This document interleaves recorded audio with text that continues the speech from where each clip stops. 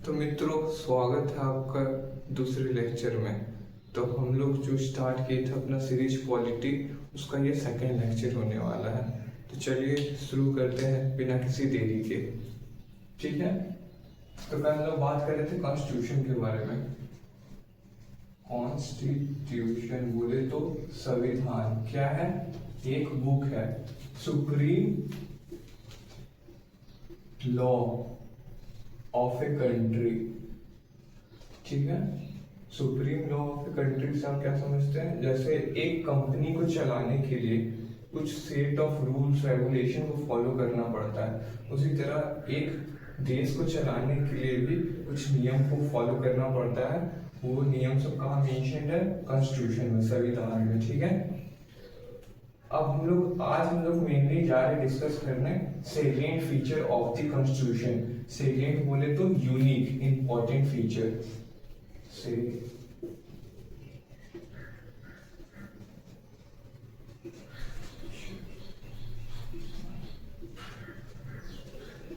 Indian constitution. ठीक है।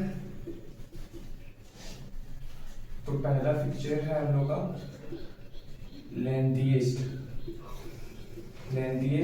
Retain constitution. Lengthiest written constitution से आप क्या समझते हैं?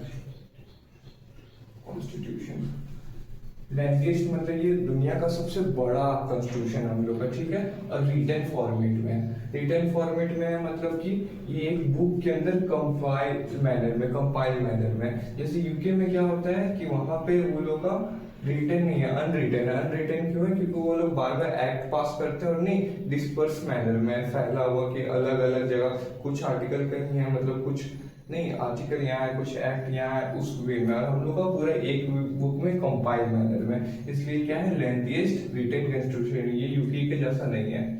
ठीक है।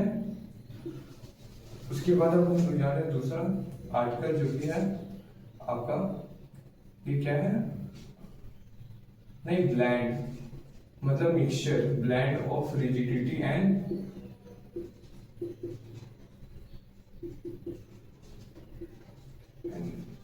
फ्लेक्सिबिलिटी।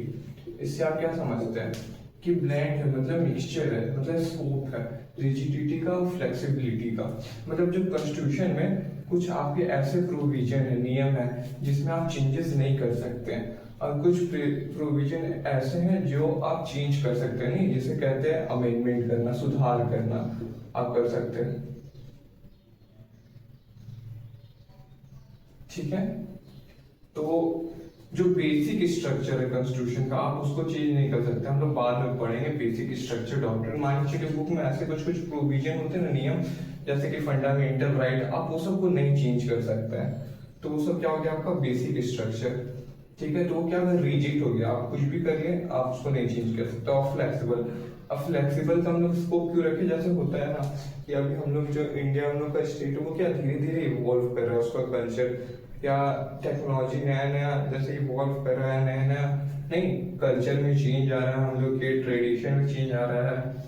तो नहीं, बहुत सारे होते हैं ना कि ये राइट्स मिलना चाहिए, वो राइट्स मिलना चाहिए, वो स्कोप हम लोग रखे हैं। जैसे फंडामेंटल राइट आप हटा नहीं सकते, पर और एक्स्ट्रा फंडामेंटल राइट ऐड कर सकते हैं। तो इसलिए इसको क्या कहें? फ्लेक्सिबिलिटी। तो यहाँ ब्लेंड है मतलब मिक्सचर है क्या चीज का? रिजिडिटी का और फ्लेक्सिबिलिटी का। ठीक है। और जो हम लोग कॉन्स्टिट्यूशन है वो लिया गया है बहुत जगहों से। तो क्या है? Drawn from various sources.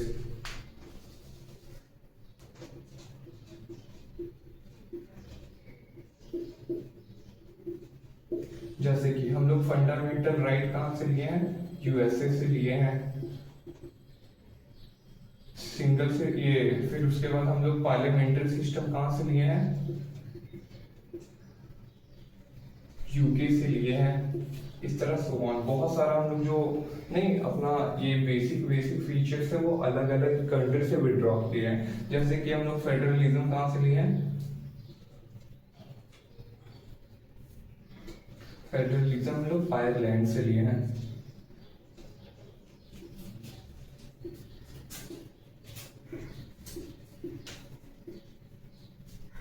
समझे? Drawn from various sources. यही इसलिए तो हम लोग बहुत जगह से लिए, इसलिए तो हम लोग का क्या हो गया, जो कॉन्स्टिट्यूशन था वो लेंथीएस्ट बन गया, सबसे बड़ा कॉन्स्टिट्यूशन बन गया। और एक जगह कंपाइल करके रखे थे, इसलिए वो क्या है, रिटन फॉर्म में, ठीक है। ब्लेंड है मतलब उसमें क्या आप चेंजेस भी कर सकते हैं और कुछ ऐसे फीचर्स है जिसको आप चेंज नहीं कर सकते हैं, जिसको बेसिक स्ट्रक्चर कहते हैं। तो हम लोग बाद में पढ़ेंगे बेसिक स्ट्रक्चर डॉक्ट्रिन क्या होता है, ठीक है। स्ट्रक्चर। अब आ जाते हैं चौथे में, ये क्या है, सिंगल सिटीजनशिप। सिंगल सिटीजनशिप क्या है कि सिटीजनशिप मतलब होता है कि नहीं आप इस देश के नागरिक हैं, अगर आपके पास सिटीजनशिप है इसका मतलब आपको स्पेशल राइट मिलेगा एज कम्पेयर टू फॉरेनर्स, ठीक है। तो सिंगल सिटीजनशिप का फायदा क्या होता है, हम लोग क्यों सिंगल सिटीजनशिप रखें, ना कि हम लोग यूएसए के जैसा डबल सिटीजनशिप रखें। आपको पता हो कि यूएसए में उसका कंट्री का भी क्या बोलते हैं सिटीजनशिप होता है और उसका पर्टिकुलर स्टेट का भी सिटीजनशिप होता है, लेकिन हम लोग का इंडिया में एक ही है। क्यों, क्योंकि फ्रेटर्निटी को प्रमोट करने का, भाईचारा को प्रमोट करने के लिए, नहीं कि कॉमन सेंस ऑफ नहीं बिलोंगिंगनेस है कि हम सब भाई हैं, ठीक है।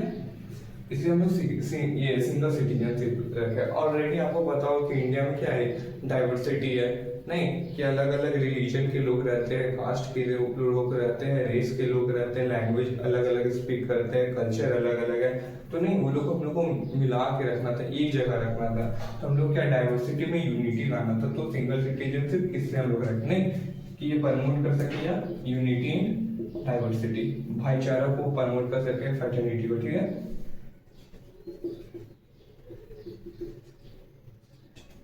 ठीक है, फिर अब हमारा पांचवा है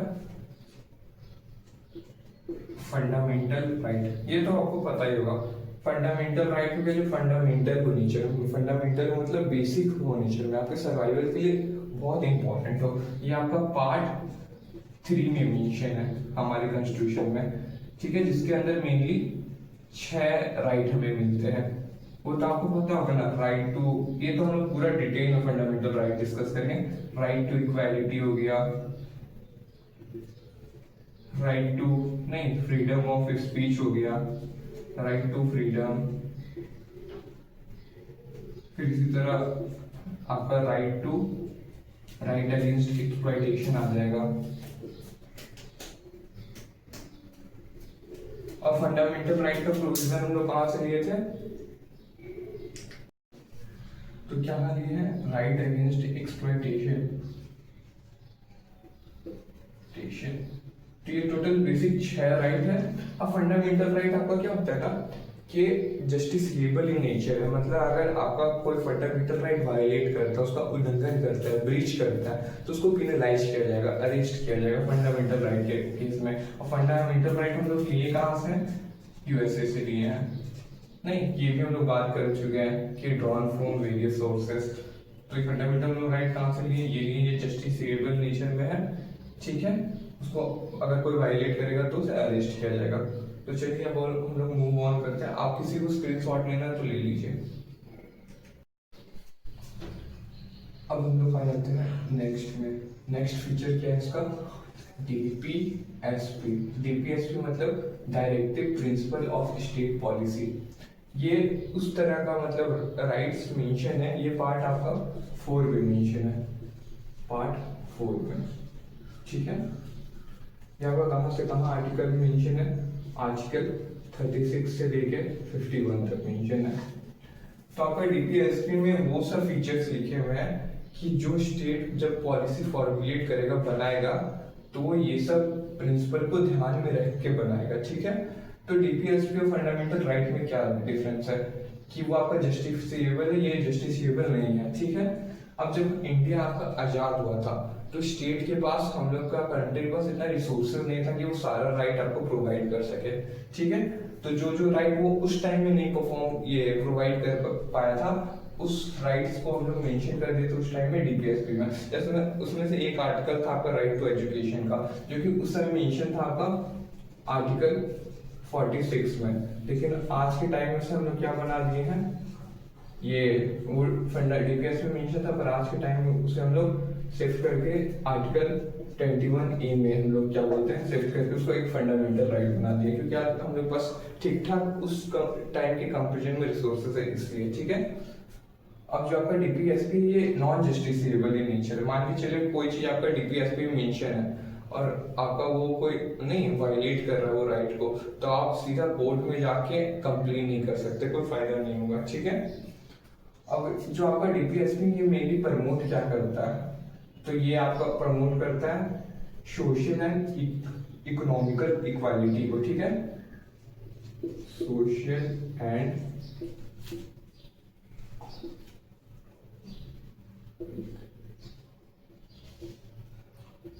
सोशल एंड इकोनॉमिक इक्वालिटी को प्रमोट करता है, ठीक है। अब हम लोग आ जाते हैं अपना फंडामेंटल ड्यूटीज में, ठीक है। अब फंडामेंटल ड्यूटीज क्या होता है, ये आपका मेंशन है आर्टिकल 51A में। तो ये पहले से कॉन्स्टिट्यूशन में मेंशन नहीं था फंडामेंटल ड्यूटी। फंडामेंटल ड्यूटी आपका आया है क्या बोलते हैं 42 कॉन्स्टिट्यूशनल अमेंडमेंट एक्ट के बाद, मतलब 42 कॉन्स्टिट्यूशनल अमेंडमेंट एक्ट के बाद, ठीक है। अभी 42 कॉन्स्टिट्यूशनल अमेंडमेंट एक्ट क्या है, जो बताया था ना कि कॉन्स्टिट्यूशन में हम लोग अमेंड कर सकते हैं, इसके प्रीवियस स्लाइड में था, तो उसी समय आया था कि कॉन्स्टिट्यूशन जब अमेंड करते सुधार करते तो उसको कहा जाता है कॉन्स्टिट्यूशनल अमेंडमेंट। और ये कब हुआ था 42वां संशोधन हुआ था, मतलब अमेंडमेंट हुआ था, ठीक है। अब आ जाते हैं, ठीक है, अब फंडामेंटल ड्यूटी। आपको लगता है ना कि आपके पास कुछ राइट्स है, आपको कुछ हक मिलता है, तो आपको भी देश के लिए कुछ करना चाहिए, नहीं कि कुछ ड्यूटी परफॉर्म करना चाहिए, कि इन्वायरमेंट को हम लोग सेफ गार्ड करना चाहिए, प्रोटेक्ट करना चाहिए, कोई भी मॉन्यूमेंट्स में क्या बोलते हैं हम लोग गंदा नहीं करना चाहिए, फिर क्या हम लोग को अपना नहीं नेशनल एंथम को रिस्पेक्ट देना चाहिए। ये सब आपका क्या चीज मेंशन है फंडामेंटल ड्यूटी में, ये सब ड्यूटी हमें परफॉर्म करना चाहिए, ठीक है। फंडामेंटल ड्यूटी हम लोग ये कहां से है, यूएसएसआर से लिए है, ठीक है। और ये भी हम लोग मेंशन किए थे कि हम लोग का जो है वो क्या ड्रॉन फ्रॉम वेरियस सोर्सेस, पहले वाला ये अमेंडमेंट कर सकते हैं, ये हो गया आपका, ठीक है। तो हम लोग आगे बढ़ते हैं। अब हम लोग इंडिया में क्या फॉलो करते हैं, parliamentary form of government.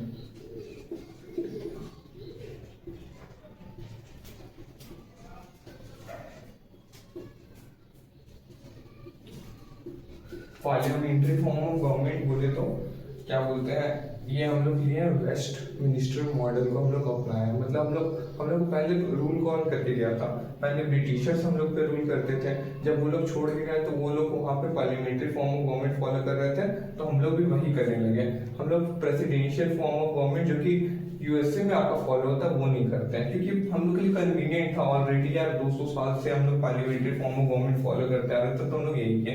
Parliamentary form of government में आपको क्या होता है, बाई कैमरलिज्म होता है। बाई कैमरलिज्म मतलब 2 हाउस होगा, लोकसभा राज्यसभा, ठीक है। इसमें होता है क्या, 2 तरह के आपके हेड होते हैं, एक नॉमिनल हेड होता है और एक रियल हेड होता है, ठीक है। Nominal head and real head. Nominal head हो गया आपके प्रेसिडेंट और रियल हेड हो गया आपके पीएम, ठीक है। इसमें क्या होता है, मेजोरिटी पार्टी रूल होता है, जो पार्टी का संख्या लोकसभा में ज्यादा होगा वही रूल करेगा, ठीक है।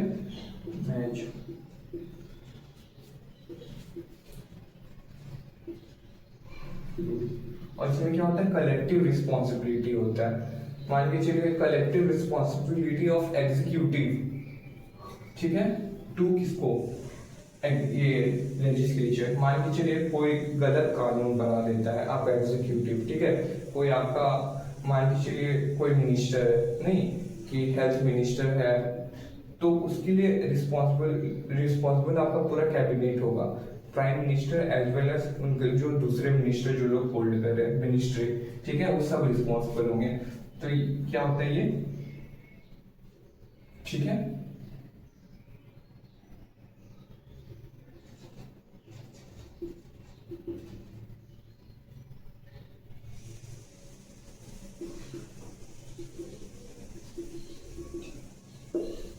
ठीक है, अब गया आपको पार्लियामेंट्री फॉर्म ऑफ गवर्नमेंट क्या होता है।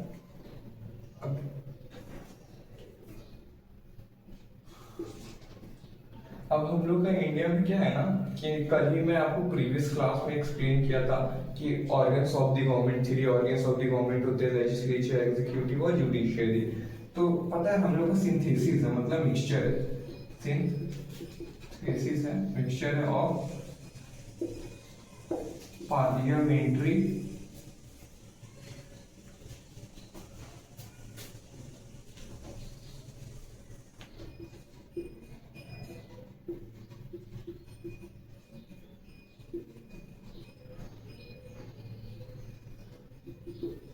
Sovereignty and. तो पार्लियामेंट के काम में इंटरफेयर आपका जुडिशियरी नहीं करेगा, जुडिशियरी के काम में इंटरफेयर पार्लियामेंट नहीं करेगा। अब जुडिशियरी कब इंटरफेयर करता है कि अगर कोई कानून है, अगर वो कॉन्स्टिट्यूशन के अगेंस्ट जा रहा हो, तब उसको नल और वॉइड करता है आपका क्या बोलते हैं जुडिशियरी। बेवजह वो क्या बोलते हैं पार्लियामेंट के काम में इंटरफेयर नहीं करता है। ठीक है, तो हम लोग मूव ऑन करते हैं नेक्स्ट फीचर में।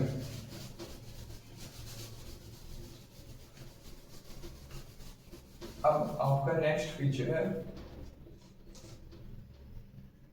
Integrated and independent judiciary. Integrated and independent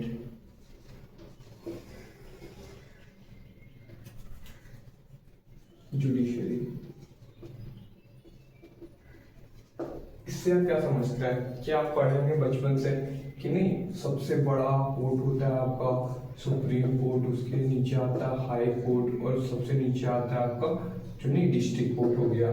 तो ये क्या हो गया, एपेक्स बॉडी हो गया, नहीं सबसे टॉप का बॉडी। अगर कोई केस, अगर कोई आदमी इंडिविजुअल यहाँ हार जाता है तो उसका केस क्या ऊपर वो जाके नहीं अपील कर सकता है, उसके बाद यहाँ जाके अपील कर सकता है। तो क्या इंटीग्रेटेड है, मतलब ये सब एक दूसरे से जुड़े हुए हैं। ठीक है, और इंडिपेंडेंस ऑफ जुडिशियरी मतलब वही चीज हो गया कि बेमजा का इंटरफेयर आपका नहीं करेगा, क्या बोलते हैं कोई दूसरा गवर्नमेंट ऑर्गन है ना, जैसे एग्जीक्यूटिव या लेजिस्लेचर, पार्लियामेंट, किसके काम में, जुडिशियरी के काम में। जुडिशियरी इंडिपेंडेंट है, इसलिए उससे रिलेटेड जितने भी प्रोविजन है वो कहाँ मेंशन है, कॉन्स्टिट्यूशन में, कि नहीं कि कैसे अब ये आपका अपॉइंटमेंट होगा जज का, वो सब चीज, उसका रिमूवल, ये सब। ठीक है, अब हम मूव करते हैं नेक्स्ट आर्टिकल में, फेडरलिज्म। ये भी हम लोग प्रीवियस क्लास में डिस्कस किए थे। फेडरलिज्म क्या होता है, फेडरलिज्म कुछ नहीं होता है कि पावर का डिवीजन होता है, मतलब डिसेंट्रलाइजेशन, पावर का डिवीजन, डिसेंट्रलाइजेशन का आप क्या समझे कि नहीं, डिसेंट्रलाइजेशन।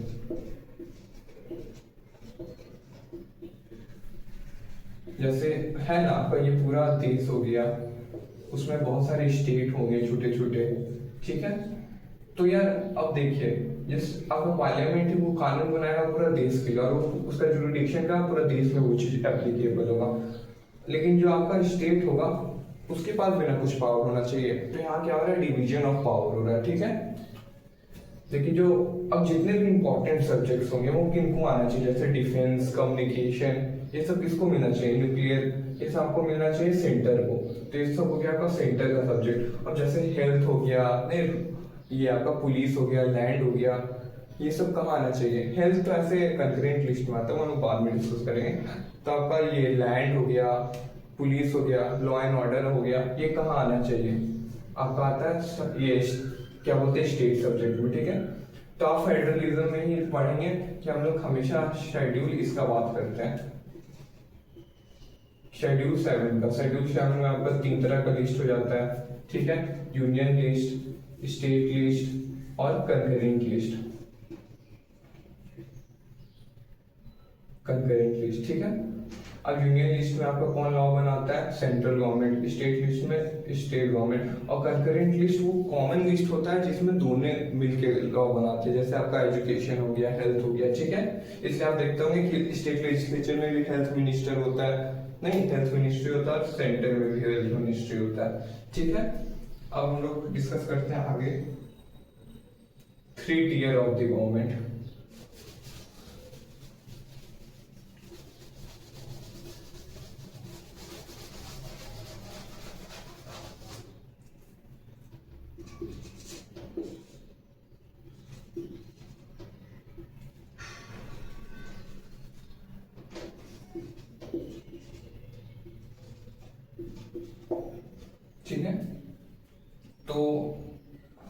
फेडरलिज्म हम लोग कहाँ से लिए थे, ये हम लोग पहले बात किए थे आयरलैंड से, ठीक है। 3 tier ऑफ द गवर्नमेंट मतलब आप क्या समझते हैं कि अभी जो पावर डिवाइडेड था वो किसके बीच में था, सेंट्रल स्टेट के बीच में था, लेकिन एडमिनिस्ट्रेशन करने में कन्वीनियंट नहीं था, क्योंकि यार इंडिया बहुत बड़ा स्टेट है। अब जैसे यूपी लीजिएगा वो खुद में बहुत बड़ा स्टेट है, ठीक है, तो कोई स्पेसिफिक एरिया को अच्छा से एडमिनिस्टर करना है, नहीं देख रेख करना है, उसके लिए उसको और फर्दर डिवाइड कर दे छोटे छोटा बॉडी में। तो उसे तो यहाँ पर 2 एरिया होता है, एक होता है आपका क्या बोलते हैं, नहीं एक होता है आपका सिटी होता है और एक गांव होता है। तो सिटी के लिए नहीं अर्बन लोकल बॉडी बनेगा और गांव के लिए आपका रूरल अर्बन बॉडी बनेगा, ठीक है। तो इसमें से क्या चीज का फॉर्मेशन हो गया, लोकल बॉडीज का, ठीक है। और ये कौन से कॉन्स्टिट्यूशन, और ये पहले से मेंशन नहीं था, ये बाद में कॉन्स्टिट्यूशन में अमेंडमेंट होने के बाद आया था। तो कौन सा अमेंडमेंट से आया था, 73rd and 74th constitution amendment act के थ्रू आया था, जो कि 1992 में आया था, ठीक है। तो इसमें क्या हो जाता है, जो आपका लोकल अर्बन बॉडी होता है, नहीं लोकल अर्बन बॉडी, तो उसको क्या बोलते हैं, उसमें आ जाएगा आपका म्युनिसिपैलिटीज जो आप देखे होंगे, और फिर आपका रूरल बॉडी में कौन आ जाएगा, पंचायत। इससे आपका 2 शेड्यूल ऐड हुआ था, शेड्यूल 11 पंचायत के लिए और शेड्यूल 12 आपका म्युनिसिपैलिटी के लिए। इसमें भी आपका सब्जेक्ट्स मेंशन थे, जैसे आपका कैसे आपका शेड्यूल 7 में ये मेंशन है सब्जेक्ट, उस तरह ये लोग भी कौन कौन सा पावर विड्रॉ करेंगे वो सब का मेंशन है शेड्यूल 11 और 12 में, ठीक है। अब हम लोग आगे बढ़ते हैं कोऑपरेटिव्स के बारे में।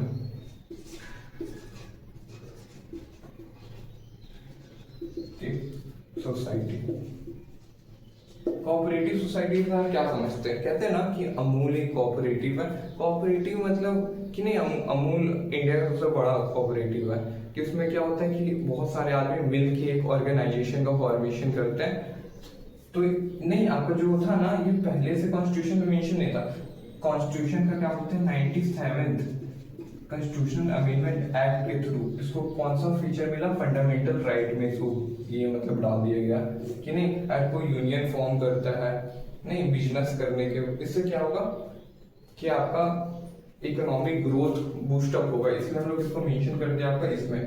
कोऑपरेटिव मतलब बहुत सारे मिल आदमी आते हैं, मिलकर अपना फंड कलेक्ट करते हैं, फंड कलेक्ट करते बिजनेस अच्छा परफॉर्म करेगा, तो नहीं आपका क्या फ्लरिश करेगा, वो आपका खुद इकोनॉमिक ग्रोथ होता है, जॉब नहीं आपका क्या बोलते हैं अपॉर्चुनिटी लोगों को मिलता है और ज्यादा जॉब जनरेट होता है, ठीक है। तो हम लोग आ जाते हैं अपना नेक्स्ट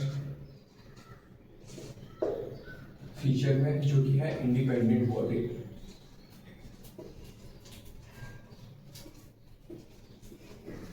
अब इंडिपेंडेंट बॉडीज कौन से होते हैं, वो बॉडीज जो कि कॉन्स्टिट्यूशन में मेंशन है। कॉन्स्टिट्यूशन में मेंशन क्यों किया गया, ये भी हम आपको प्रीवियस क्लास में बताए थे कि 3 तरह का लॉ होता है। अब जो बॉडी कॉन्स्टिट्यूशन में मेंशन कर दिया गया, अब उस पर कंट्रोल नहीं जता सकता आपका, जैसे एग्जीक्यूटिव बोले तो काउंसिल ऑफ मिनिस्टर, ठीक है। अब एग्जीक्यूटिव काउंसिल ऑफ मिनिस्टर अब उसको कंट्रोल नहीं करेगा, जैसे पीएम और उसका काउंसिल ऑफ मिनिस्टर, ठीक है। तो ये क्या हो गया इंडिपेंडेंट बॉडी, उनका फंड कैसे आएगा, उन्हें पैसा, उनका अपॉइंटमेंट, उनका क्या बोलते हैं नहीं कि वो कब तक उनका टेन्योर रहेगा उनका, ठीक है, उन्हें कोई ऐसे बेवजह हटा नहीं सकता, ठीक है। तो इसमें कौन कौन सी इंडिपेंडेंट बॉडी आ जाता है आपका, जैसे इलेक्शन कंडक्ट कराना बहुत इंपॉर्टेंट बात है ना पूरा देश के लिए, तो आपका कौन इलेक्शन से रिलेटेड जितने भी हो जाएंगे, ठीक है। इलेक्शन कमीशन वो किसमें मेंशन है, हम लोग कॉन्स्टिट्यूशन मेंशन है इलेक्शन कमीशन, ठीक है। अब जैसे जो एग्जीक्यूटिव है, अब वो नहीं 5 साल का टेन्योर सर्व करके वो लोग गया, तो होता है ना वो लोग जितना फंड खर्च किया होगा उसको देख देख के लिए कौन आता है कि वो लोग सही से ऑडिट करने के लिए कि वो लोग ठीक से एक्सपेंडिचर किए थे कि नहीं, खर्च किए थे कि नहीं। तो आपका आ जाएगा सीएजी, चीफ इलेक्शन, ये CAG controller and auditor general, ठीक है, जो ऑडिट करता है। फिर आपका आ जाएगा यूपीएससी, ठीक है, ये आपका एडमिनिस्ट्रेशन करता है। आपको तो पता होगा कि क्या होता है ये तो मुझे एक्सप्लेन करने का जरूरत नहीं है, ठीक है। तो इसमें क्या होता है, इंडिपेंडेंट बॉडी कौन होता है कि जो कॉन्स्टिट्यूशन में डायरेक्टली मेंशन है। अगर वो कॉन्स्टिट्यूशन में मेंशन नहीं होता, अगर उसका अपॉइंटमेंट आपके एग्जीक्यूटिव करते जैसे पीएम और उसका काउंसिल ऑफ मिनिस्टर, तो क्या करते हैं, फेवर करते हैं, तो बाद में फेवर ये बॉडी सबको रिटर्न करना होता है वो इंडिविजुअल्स को। इसलिए क्या ये लोग का जो डायरेक्ट है कि ये लोग कैसे सर्व करेंगे, उनका ऑफिस क्या होगा, टेन्योर क्या होगा, उनका सैलरी कहाँ से विड्रॉ होगा, ये सब डायरेक्टली कहाँ मेंशन होता है, आपका कॉन्स्टिट्यूशन में मेंशन होता है। अब आपका जो है चीफ इलेक्शन कमीशन, मतलब इलेक्शन कमीशन किसमें मेंशन, आपका आर्टिकल 324 में, ठीक है। अब आपका सीएजी क्या चीज मेंशन है, आर्टिकल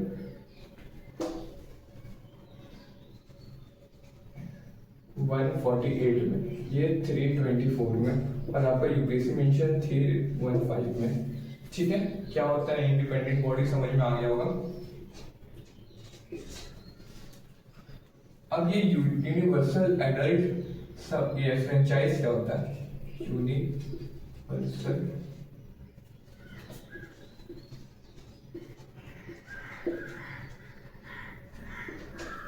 एडल्ट फ्रेंचाइज, कुछ रिलेटेड टू वोट लग रहा है ना। यूनिवर्सल एडल्ट फ्रेंचाइज मतलब पहले क्या होता था ना कि जो अमीर आदमी लोग होते थे ना, जिनके पास कुछ क्राइटेरिया होता था कि यही आदमी वोट कर सकता है, सब इंडिविजुअल वोट नहीं कर सकते थे। हम लोग बहुत प्रिविलेज्ड हैं कि आज के टाइम में जो भी आदमी नहीं 18 साल से ऊपर का है, 18 साल से ऊपर वो लोग वोट कर सकते हैं। लेकिन पहले क्या था ना कि कुछ क्राइटेरिया होता था जिसको फुलफिल करते तभी आप वोट कर सकते थे, ठीक है। पहले डिस्क्रिमिनेशन होता था, पर अब वो डिस्क्रिमिनेशन नहीं होता रेस कास्ट रिलीजन के बेसिस पे कि यही आदमी वोट कर सकता है, ठीक है। तो पहले ये आपका वोटिंग वाला भी जो एज था ना वो कितना था, 21 साल था, उसको रिड्यूस करके 18 कर दिया गया कॉन्स्टिट्यूशन अमेंडमेंट एक्ट के थ्रू। ये संशोधन क्या बोलते हैं, 61st कॉन्स्टिट्यूशन अमेंडमेंट एक्ट के थ्रू, ठीक है। अब इससे क्या फायदा हुआ यूनिवर्सल एडल्ट फ्रेंचाइज से कि आपका ये डेमोक्रेसी प्रमोट हो रहा है, ठीक है। जो पार्टी अल्टीमेटली पावर में आएगा, मेजोरिटी में आएगा, वो क्या जो वेलफेयर स्कीम निकालेगा वो सबके लिए निकालेगा, क्योंकि सबके पास वोटिंग राइट है नहीं, इसलिए यूनिवर्सल एडल्ट फ्रेंचाइज, ठीक है। अब मूव ऑन करते हैं नेक्स्ट में। अब इमरजेंसी प्रोविजन,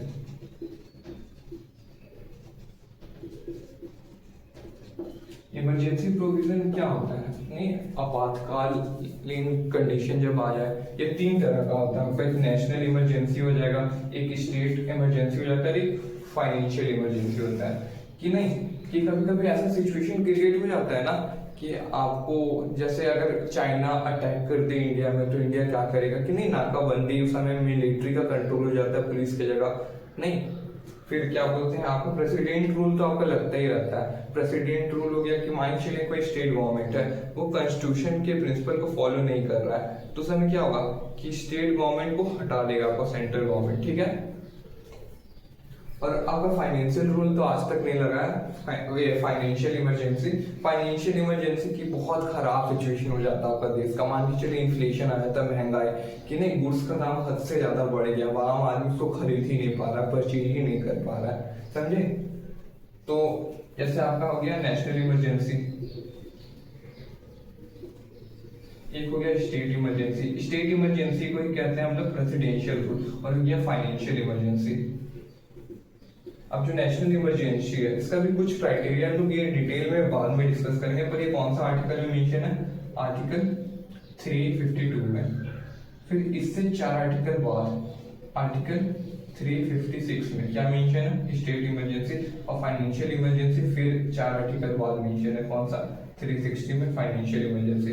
ये तो एक बार भी नहीं लगा है, और ये तो लगते रहता है, ये एक बार भी नहीं लगा है, और ये आपका एक बार लगा था इंदिरा गांधी के टाइम में, नहीं, ठीक है दोस्तों।